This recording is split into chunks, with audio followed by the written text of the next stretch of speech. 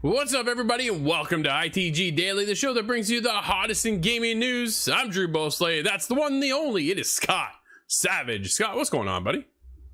I played a whole lot of Dying Light 2 yesterday, and although that was fun, I had to return back to Vampire Survivor. Dude, that is like the hot wave Might right really now. be my game of the year. Wow. I can't believe that. You know what? Good on it though. If everybody's talking about it right now. That is a hot game right now. So I don't know. Have you played it yourself? No, I've not tried it yet at all. It's kind of one of those, I keep hearing about it. Maybe I should. I don't know. We'll see. I don't know. Well, it's funny. One of those I play and I'm like, this is definitely an epileptic trap. But I MacGyver it myself anyways. Everything's been fine so far. Oh, dude, it's I got so much on the go. Do I jump into that or do I clean up other stuff like the God of War Ragnarok Platinum, right? Like there's only so much time. Oh, sure. I complain about my backlog every day too. Oh, right. But dude, everybody can join us live Monday to Friday at 11 a.m. Eastern over on twitch.tv/theofficial ITG, as well as YouTube at ITG. But if you can't join us live, hit us up later. InsideTheGame.ca podcast services and TV streaming networks around the globe. Scott, today's show, Venom's voice actor is tweeting and has fans hopeful for more info soon. CD Projekt saw massive success with the release of Edgerunners and has more plans in the future with transmedia. And we're getting a 12-person co-op game coming next year. Oh, that one has me excited. Yeah, I know it does. I got the press release on that yesterday. I'm like, 12 what? Man, that's a lot of people for a co-op game. That sounds cool. But what's cool right now is let's get into it. As Venom voice actor tweets, has fans hopeful for an intimate Marvel's Spider-Man 2 news. Please. Speaking of backlog, I just broke out of Miles Morales. Well, I have some catching up to do. You certainly do. This is Stefan over at Push Square. One of the only first-party PlayStation games currently announced is Marvel Spider-Man 2, the next installment in the beloved superhero action series. We've heard next to nothing about the project in over a year, though Insomniac Games has reassured fans it's still on track for 2023. Scott, it's only next year, dude. We could be in for another. I can't wait. Like next year, this year's been a hot year. Next year is going to be another banger. It's going to be awesome. So, when are we going to learn more? Potentially very soon indeed, if we're reading things right. The game is set to feature Venom. Oh, I can't believe this. Dude, did you expect Venom to arrive here at all? Well, Venom is so popular. I remember back when the Spider-Man 3 was it that came out, and I didn't like the movie, but everybody was all about Venom after that. I never really understood the hype surrounding Venom exactly. Oh, dude, I love Venom. What's wrong with you? Man, Venom he's just kind of like a high school jerk powered up. I don't know. Brad joins us over on Twitch, says Spider-Man 2 and Wolverine, ? Yes, please. Dude, that'd be massive. Like, that would be an incredible year. And don't forget PSVR 2 next year as well. Right? Oh, can we do a Wolverine thing in VR? You're just sitting there slashing away. Whoosh, whoosh. Oh, I need to feed that weird fantasy in my head. Oh, that'd be so cool. The game is set to feature Venom as a primary antagonist, voiced by Tony Todd, the actor best known for his titular role in Candyman. The performer is pretty active on social media and recently expressed his excitement about some impending news. This tweet has Spidey fans all aflutter. Assuming the tweet is suggesting we're finally getting an update on the PS5 action adventure later today, apparently. We'll see if something actually happens. Dude, I'm going to take a quick look here at the doc. I want to see if it's... Are we going to get there? We might get there. We might not. I don't know. Here's the thing. Where's the next state of play? Yeah. Right? I don't think we've even had any information on the state of play in a long time now. Nothing. Are we what was just... the last one? Elden Ring? Or GT7? I'm really scratching my memory here. I think there was something after GT7. I can't remember exactly what it was. But I'm thinking it's kind of all waiting on the Game Awards. Right? Like, is that when we're going to see more? Not today. I'd be shocked if we actually see something today, but we'll see what happens. I'm down for seeing anything related to Spider-Man. Man, oh man, I can't wait to go back in and play some more Spider-Man next year. It's gonna have to wait till next year though. Can we be the Green Goblin? Was there a video game where you could play as Green Goblin? Am I remembering that? Dude, he's always the bad guy, right? He's always in there in some form, but you're never playing as him. You just like... It was surrounding the Spider-Man 3 storyline for that movie, I remember. Sandman. Yeah. Green Goblin, Hobgoblin. So cool, dude! It's so cool. I'm so pumped. Yeah, Spider-Man's really the only superhero other than Wolverine and the X-Men a little bit, the Spider-Man's the only superhero that gets me excited. Really? I'm surprised I don't have a Spider-Man tattoo. That might have to come in the future. We'll see. Yeah, that is kind of a right? mission. I should just do it myself. So I need a 12-inch by 12-inch Spider-Man symbol on my back. Right? Dude, you ever see the one Spider-Man symbol? It was torn right through the guy's chest, but underneath the skin, I'm like, that is actually kind of cool. Like, that is kind of cool. I would never do that, but it's kind of cool. I did think about putting it on my arm though. That was kind of neat. But yeah, I don't know. That was cool. I was like, oh man, that's a wicked tattoo. Yeah. We talk about everything over here. Scott, I have ideas. I need to see it again. Yeah, right. I think Lego Marvel. Really? Well, Lego Marvel doesn't count. Like that's Lego games are their own thing, right? But when you get into the realm of Spider-Man from Insomniac, I want that experience with Green Goblin. I want that experience with Venom. I want that experience with Wolverine next year. Come on, Insomniac, you can do it. Yes. Yeah, I got faith in you. Dude, let's get into it. CD Projekt Red planning more transmedia projects following the success of Cyberpunk Edgerunners. Dude, it's a huge success. But this one comes from Tom Ivan over at VGC. Cyberpunk Edgerunners was released in mid-September and was a hit for both the streaming platform and CD Projekt Red, which has partly attributed to a recent increase in Cyberpunk 2077 sales to the success of the show. We saw that come over as well with The Witcher, right? Witcher came out on Netflix. Everybody gets into this kind of feeling of, I'm down for more Witcher. And a lot of that came back around here, I think, for Cyberpunk. Well, during its third quarter earnings call on Monday, CD Projekt was asked if it's planning on a second season of Cyberpunk Edgerunners for Netflix. Quote, "We are not confirming any specific details. A second season of Edgerunners or anything super specifically." Really? Huh. That comes from the SVP of Business Development, Macau, over there at CD Projekt. But he added, quote, "We have an appetite to do more in the transmedia space. So, in linear visual animation or live action." Scott, live action. "And those plans have not changed. So, when we are ready, you may expect to see more announcements in the regard coming from us." Live action on Netflix is not a good idea.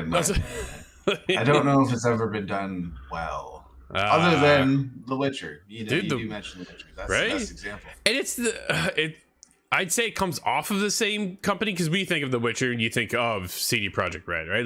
They just go hand in hand. I know there's a whole novel series, but for us as the core gamers, a lot of us probably haven't even read the book. I know I haven't. I heard the novels are actually really good. They're fantastic, actually. My brother's read them too. It goes into the backstory of what makes a Witcher and the awful things that happen in the Witcher school. And, Thinking Hogwarts turned up by 10. Yes, right? I have had an attitude for books, and really, might be one on the list. Actually. I want to get into comics. I was thinking about getting into some more comics. I used to collect comics back in the day. Dude, they got expensive. Like, you get these collector's editions and things. Like, that's pricey. I'm all about the Punisher and Spawn. Those are the two that I collect anytime I see them now. I never got into Spawn. I got into Witchblade. I got into The Darkness. Man, you ever watch The Darkness? You ever play The Darkness? I've played The Darkness. Yeah, that's one of my favorite games. And if you've played The Darkness, I think that's got to be the spookiest, darkest game that you've played, to my knowledge. Dude, I played The Last of Us. Unless you're going to say Manhunt or something. Yeah. But yeah, The Darkness was cool. Super cool. Like those, I loved that whole series. So. Is he a Marvel character? He's either Marvel or DC. Dark Horse. Oh, okay. Yeah. But Scott, let's get into a 12-player co-op FPS is coming next year. It is Starship Troopers. Extermination. So there you go. This is Wesley LeBlanc over at Game Informer. Developer Offworld Industries, the studio behind Squad, has revealed Starship Troopers Extermination, a 12-player cooperative FPS coming to Steam Early Access next year. Scott, how excited are you? Oh, I'm super excited. Here's a game that I didn't know that I wanted. Like, until it was announced, and I go, okay, wait a minute. Now I'm wondering how's it going to play out? And is this going to make me feel for Anthem once more? Oh. We're not going to be jumping around in javelins. I know it's not to expect that. But. Oh, man, Anthem. Offworld is making Extermination in collaboration with Sony Pictures Consumer Products. And in the game, players will engage in squad-based FPS combat to exterminate the Arachnoids, The arachnids, sorry, threats fans of the 1997 film, Scott, will be known really well. So they are throwing back in time. We are not getting something brand new. We're getting something that's a little bit familiar. So quad for gameplay, 12 players can team up in squads of 4 to defend the base, complete objectives, gather resources, and try to kill every bug in sight. 3 playable classes will be available as well. You can build defenses, so kind of got this like bit of a tower defense aspect to it. I'm kind of down for this. Man, this will be fun. EDF. You ever play EDF? No, I never played that one. Not at all. Oh, that one's really hamming it up. Turns it up to the cheese all the way to 11 giant ants and the such. But same premise overall. Move through the city, rinse out the bugs. It says here. But remember, if you're Michael Ironside, as he told you, you can't push the button if you don't have a hand. There are 5 unique bug types at early access launch. Is that enough to keep you going, Scott? Or is that going to just be a little too light? I'm thinking of the movie, and I really don't remember much variance at all from the different bugs. I remember 2 or 3 different bug types from the movie, so that works out just fine. I hope it doesn't get stale, but that remains to be seen in map design, really, I think. Because 12 people playing, how many bugs are they throwing at us? Well, that's just the biggest thing, right? You're kind of curious as to what's going to happen next. But there's a ping system, which I think nowadays is just kind of standard. If you don't have a ping system in your game, you kind of wonder what's going on. Right? Absolutely. There's a ground war, which is retake bases and refineries, destroy hives, and complete a variety of side objectives to wrest control of the map away from the bug menace. It reminds me a little bit of Gears of War, their hive mode. You ever play that one? No, I didn't play any Hive Buster. Wow. I played Horde, but I'm not sure if that's the same, because there was the Hive Buster DLC for Gears 5, but I had already checked out of it by then. I think a lot of people did. That's the problem, right? You wait too long, and then sometimes you'll just lose that community that was supporting it in the first place. You went and beat the game without me, and that's... it's because I beat it with my wife. Take that. It's a pretty good. Well, there is a +3 on there. That could have been the third wheel. It's true. That's very true. Yeah. No, you could have been the was a robot, right? Yeah. Jack. Yeah. Jack. That's it. Yeah. Scott, speaking of beating games, I could have been Jack. You could have been Daxter. Oh. We ever gonna get Jack and Daxter? Like, Naughty Dog really needs to come back with that. I would love to see that franchise come back. Even if they pass it off to somebody else, I don't want a remake. I want a brand new entry into the franchise for Jack and Daxter. It's on the shelf. It's right next to Beyond Good and Evil and all the other games that have not yet come to pass. Yeah, there's quite a few, isn't there? It's so sad. It's okay, man. You have to have hopes. That's what they exist for. Well, they're hoping on this one, and it paid off. Scott, is God of War Ragnarok gets his first Game of the Year award from Time Magazine. Stefan again over Push Square. Off. Well, yeah, it certainly has paid off. With the end of 2022 approaching, conversations among gaming enthusiasts is turning to the Game Awards season, obviously, with what will be crowded Game of the Year. At this stage, we're willing to bet hobbyists are split between From Software's beloved Elden Ring and Sony's fantastic sequel, God of War Ragnarok.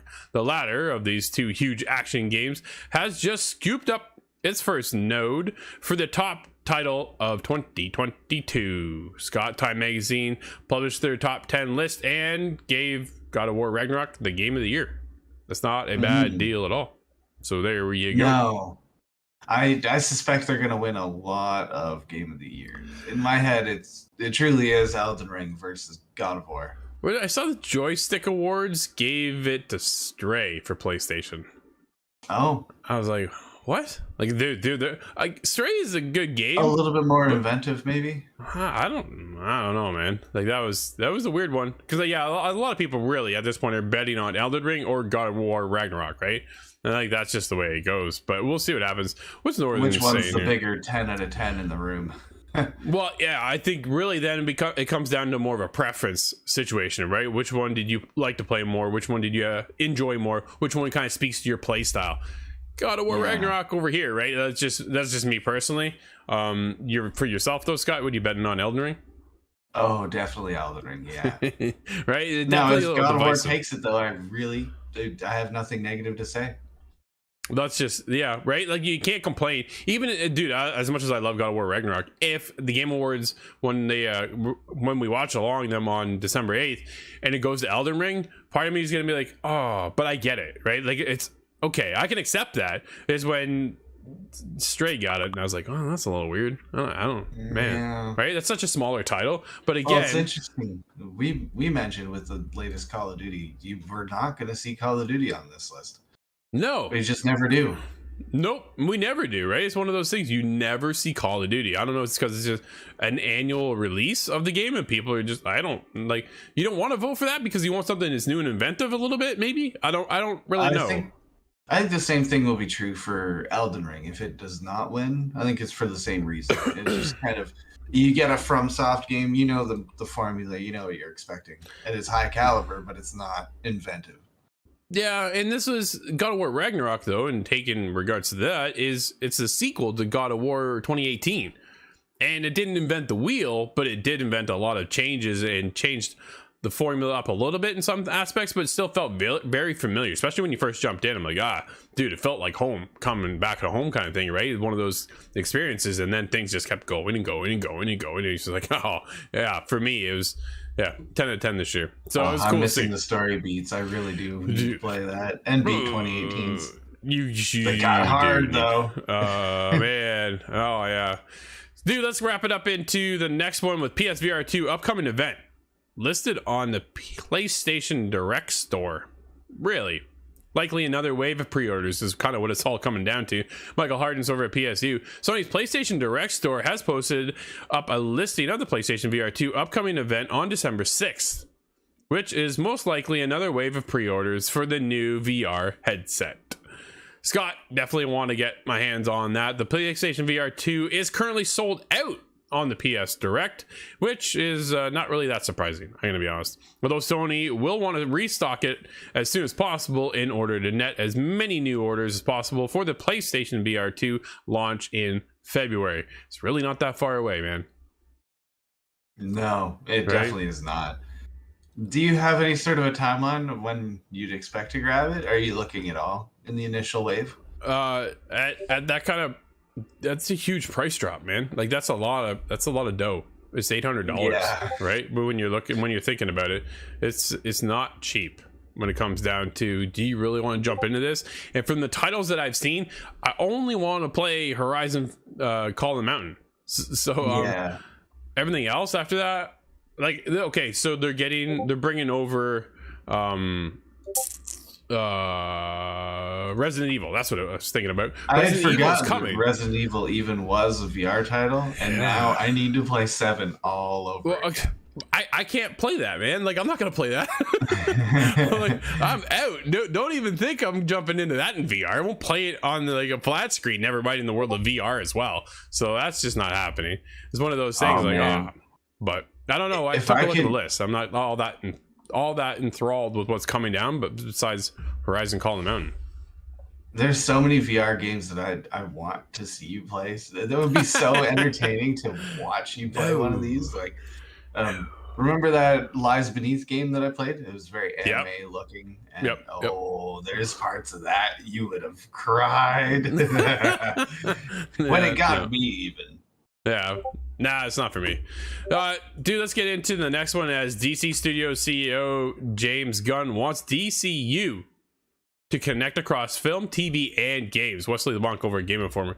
Dude, we got a loaded show today. Lots going on. Warner Brothers Discovery revealed last month that it had hired Peter Safran and Marvel Studios alum and director James Gunn, Guardians of the Galaxy, The Suicide Squad, and Peacemaker, just to kind of name a few there, to lead as the CEOs of DC Studios, as reported by Variety. Since then, Gunn has been fielding questions about DC Studios, the DCU's future, and what his plans are as a new lead within DC's entertainment output. When asked on Twitter yesterday if he and Safran how are planning to give more DC characters TV shows that'll add to the story of the DCEU, Gunn responded with, quote, "Yes, most definitely. The DCU will be connected across film and TV and animation. In a follow-up tweet, another user asked, is there any plans to connect games to the larger DCU canon as well? To which Gunn simply replied with yes. Scott, are we gonna get a crossover with Mortal Kombat and DC? That's it. That's what I was wondering. All right, let's see. Batman versus Superman, the game. Yeah, let's go. I could go round for that. one. Right? Fight. Yeah, I'm definitely down for that. I don't know, exciting times, man, to see DC. I've always been a Marvel person, Marvel fan. Grew up as a Marvel fan, and I'm kind of in that realm, right? So to get past that, NetherRealms has really kind of done that with DC with Injustice, the new fighting game. If you haven't played that, Injustice 1 and 2, which I expected 3 to come out next year, but it sounds like it's Mortal Kombat 12 instead, which is a bit of a shock. But either way, yeah, the Injustice series has really kind of stepped up what I was hoping for DC to kind of get into.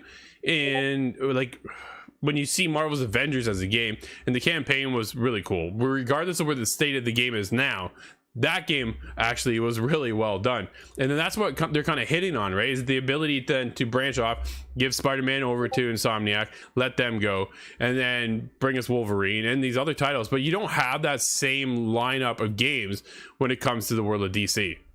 No, I'm trying to think of what the largest, biggest solid DC release was, and I can't think of anything past DC Universe.